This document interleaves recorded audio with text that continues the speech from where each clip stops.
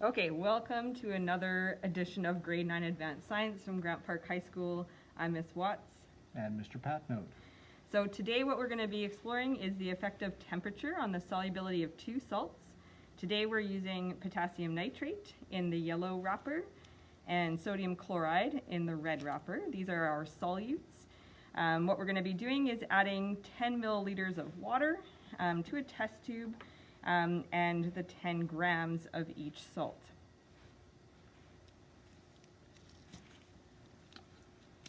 This is a qualitative experiment, so it's not really important to measure things really accurately, or if you spill a little bit of the salt, it's not that big of a deal. Qualitative means we're not making any data measurements, we're just going to be observing things. So after adding the salt to the test tube, we then add our water, 10 milliliters of water and 10 grams of salt. Okay, so what we're going to do next is take a glass stirring rod and we will be stirring the salt in the water to try to completely dissolve the salt. It's always funny when students do this in the lab. They're a little too exuberant in their stirring, and they'll be stirring and put a hole through the bottom of the test tube, and their solution will drain out the bottom. So you do want to stir, but you don't want to stir and break the test tube. So what we're going to see, we're going to be stirring this for about 5 minutes. I shouldn't have said we'd completely dissolve the salt. There will be some salt left at the bottom of each test tube. We're going to be creating a saturated solution at room temperature. Okay, so we've now been stirring our solutions for about 5 minutes. And so what we want you to observe is just the amount of salt that's left in the bottom of each test tube. Remember that we've added 10 grams of each solute to 10 milliliters of water. Right now we were mixing our solutions at about 22 degrees Celsius around room temperature. And so what we want you to do is make qualitative observations here.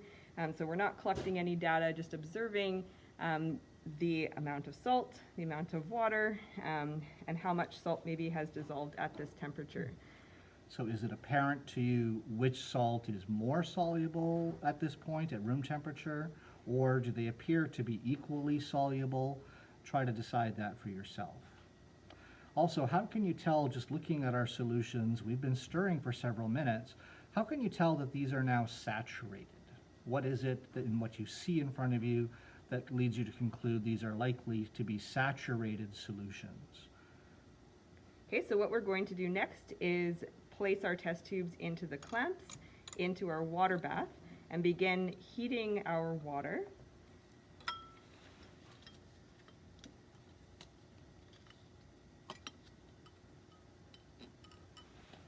All right, so I'm going to light the burner that you see underneath, turn the gas on,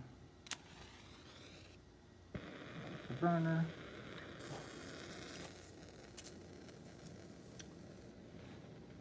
And it's going to take several minutes for the water to heat up. So as we're heating, the temperature is rising, and we're going to want you to see what happens to the solubility of the two salts in the test tubes. So we'll pause the video at this point. We're going to stir while it's heating. We'll pause and we'll come back again when the temperature has risen somewhat. Okay, so here we are. We have been heating our test tubes for a few minutes now. Just to remind you, the test tube on the right here is sodium chloride, and the test tube on the left is potassium nitrate. Our temperature right now is between 50 to 60 degrees Celsius, and we just want you to observe if there's been any changes in the amount of salt that you notice at the bottom of each test tube. Are they the same?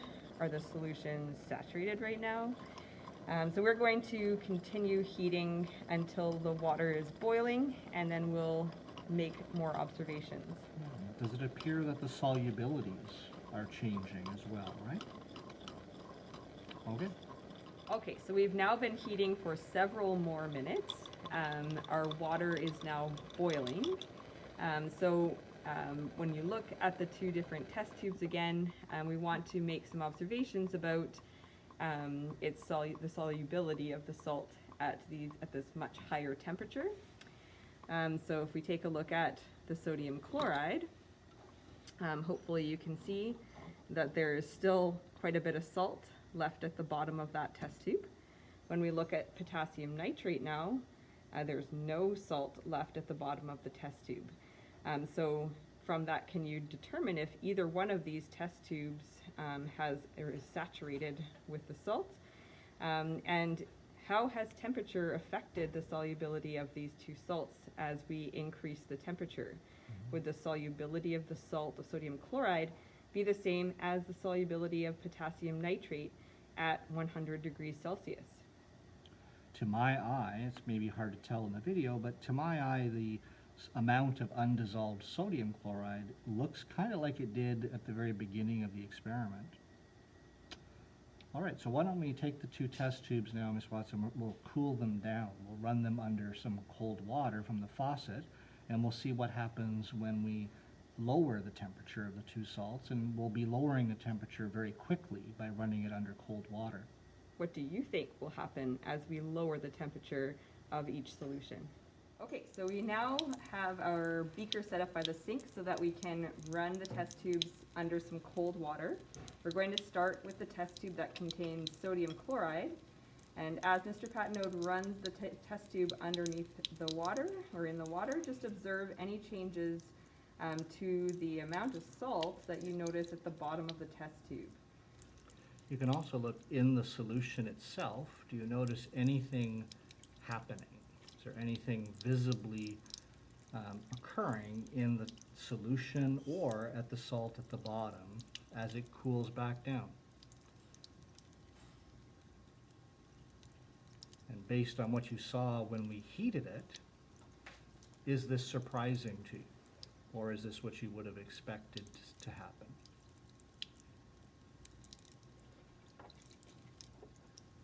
All right, so we've cooled that down. It's significantly cooler than 100 degrees Celsius. Can we pick up?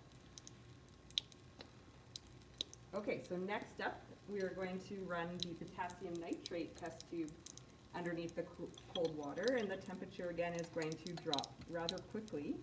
As it cools, what do you observe in the test tube? What would you expect to happen in the test tube as it cools based on what you've observed as the solution was heated?